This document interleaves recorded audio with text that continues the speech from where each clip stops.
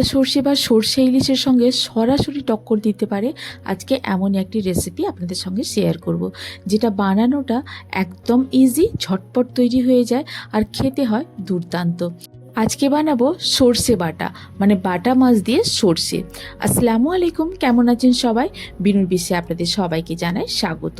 চলুন তাহলে রেসিপিটা শুরু করা যাক। এখানে নিয়ে নিয়েছি আমি বাটা মাছ। বাটা মাছগুলোকে আমি গোটাই রেখে দিয়েছি। একটু বড় সাইজের বাটা মাছটা নিয়েছি। বাটা মাছ নাকি বলে যে গোটা খেলেই ভালো লাগে খেতে, কাটলে টেস্টটা নষ্ট হয়ে যায়। আমরা যেখান থেকে মাছ কিনি সেখানে মাছওয়ালাই বলেছিল যে বাটা মাছ কখনো কাটতে নেই, বাটা মাছ, পার্শে মাছ এগুলো নাকি কেটে খেতে নেই, যেমনই কেনো গোটা খাও। সেই জন্য একটু ছোট সাইজের কিনলে পার্শে মাছগুলো ভালো। আর বাটা মাছ তো বড় ছোট সবেরই কদর সব সময়। তো আমি এখানে নিয়ে নিয়েছি একটু বড় সাইজের বাটা মাছ। দিয়ে দিচ্ছি এতে লবণ প্রয়োজন মতো, দিয়ে দিলাম সামান্য লঙ্কার গুঁড়ো, আর দিয়ে দেবো এতে হলুদের গুঁড়ো।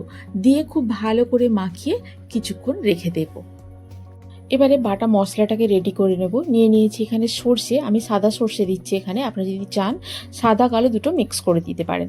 দিয়ে দিচ্ছি পোস্তটা দিচ্ছি সর্ষের 4 ভাগের 1 ভাগ, আর গোটা 5 মতো কাজু বাদাম দিচ্ছি। আমি আমার মাছের কোয়ান্টিটি অনুযায়ী দিলাম, আপনারা আপনাদের কোয়ান্টিটি অনুযায়ী বাড়াতে বা কমাতে পারেন।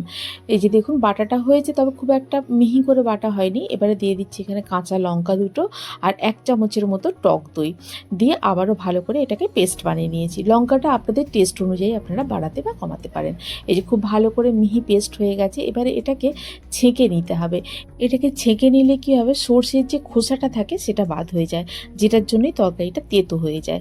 ছেঁকে নিয়ে রান্না করলে তরকারিটা হবে একেবারে রেস্টুরেন্টের মতো ঘন এবং সুস্বাদু। এবারে রান্নাটা স্টার্ট করব। রান্নাটা করব আমি এই প্যানে। এই প্যানটা আমি কিনেছিলাম কিছুদিন আগে অ্যামাজন থেকে, ক্যারেটের একটা ফ্রাই প্যান। এই প্যানটা আমি বেশ কিছুদিন আগে একবার কিনেছিলাম আমার মায়ের জন্যে, তবে বেশ কিছুদিন থেকে দেখছিলাম এটা আউট অফ স্টক ছিল, মানে এই সাইজটা আউট অফ স্টক ছিল, এই সাইজ এই কালারটা। আমি ফ্লিপকার্ট থেকে আগে কিনেছিলাম, এখন ফ্লিপকার্টে আর পাওয়া যাচ্ছে না এই সাইজটা, তাই আমি অ্যামাজন থেকে অর্ডার করেছিলাম। অ্যামাজনেও পাওয়া যাচ্ছিল না, এখন দেখলাম যে অ্যামাজনে পাওয়া যাচ্ছে, তাই ঝট করে অর্ডার করে দিয়েছিলাম। অ্যামাজনের একটা জিনিস আমি দেখেছি, এদের প্যাকেজিংটা ভীষণ সুন্দর, খুব সুন্দর অবস্থায় প্যাকিং হয়ে এসেছিলো এটা। চলুন তাহলে রান্নাটা এবারে শুরু করা যাক। আমি এর লিঙ্কটা ডিসক্রিপশন বক্সে দিয়ে দেবো, আপনারা যদি চান ওখান থেকে পারচেস করতে পারেন।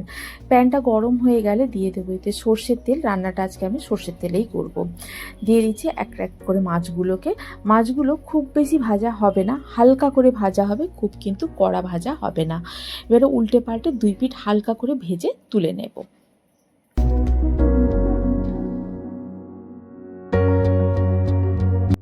এবার যে তেলে মাছটা ভাজা হয়েছিল সেই তেলেই রান্নাটা করব, এখন আর কোনো তেল দেব না। দিয়ে দিয়েছি এখানে কালো জিরে ফোড়ন, এখানে কোনো পেঁয়াজ লাগছে না, আদা রসুনও লাগছে না। দিয়ে দিলাম আমি লাল লঙ্কার গুঁড়ো। লঙ্কার গুঁড়োটা দেওয়ার পরে জল দিয়ে দিয়েছিলাম, দিয়ে হলুদ গুঁড়ো আর লবণ দিয়ে দিয়েছি। দিয়ে জলটাকে খুব ভালো করে ফুটে গেলে দিয়ে দেবো এতে এবারে ভেজে রাখা মাছটা এক এক করে। মাছটাকে দিয়ে একটু নাড়াচাড়া করব এই জলের মধ্যেই। জলটা আরও একটু কমে এলে তখন এতে আবারও জল দিতে হবে ঝোলের জন্যে। দিয়ে খুব ভালো করে এরকম নাড়াচাড়া করে নেব। খুব বেশি খুন্তি দিয়ে নাড়াবো না, কেননা বাটা মাছ নরম মাছ, ভেঙে যেতে পারে। এবারে ঢাকনা দিয়ে দেবো, দিয়ে ঢাকনা দিয়ে মিনিট 5 মতো হতে দেব। দিয়ে আবার ঢাকনাটা খুলে নিয়ে উল্টে দেব। উল্টে দিয়ে অপর সাইডটা আরও 3 মিনিটের মতো হতে দেব। মাছটা 2 পিঠ ভালো করে সেদ্ধ হয়ে গেলে এবারে ঢাকনাটা খুলে আরও একবার একটু নাড়াচাড়া করে নেব। নিয়ে যে বাটা মশলাটা রেডি করে রেখেছিলাম সেটা দিয়ে দেবো।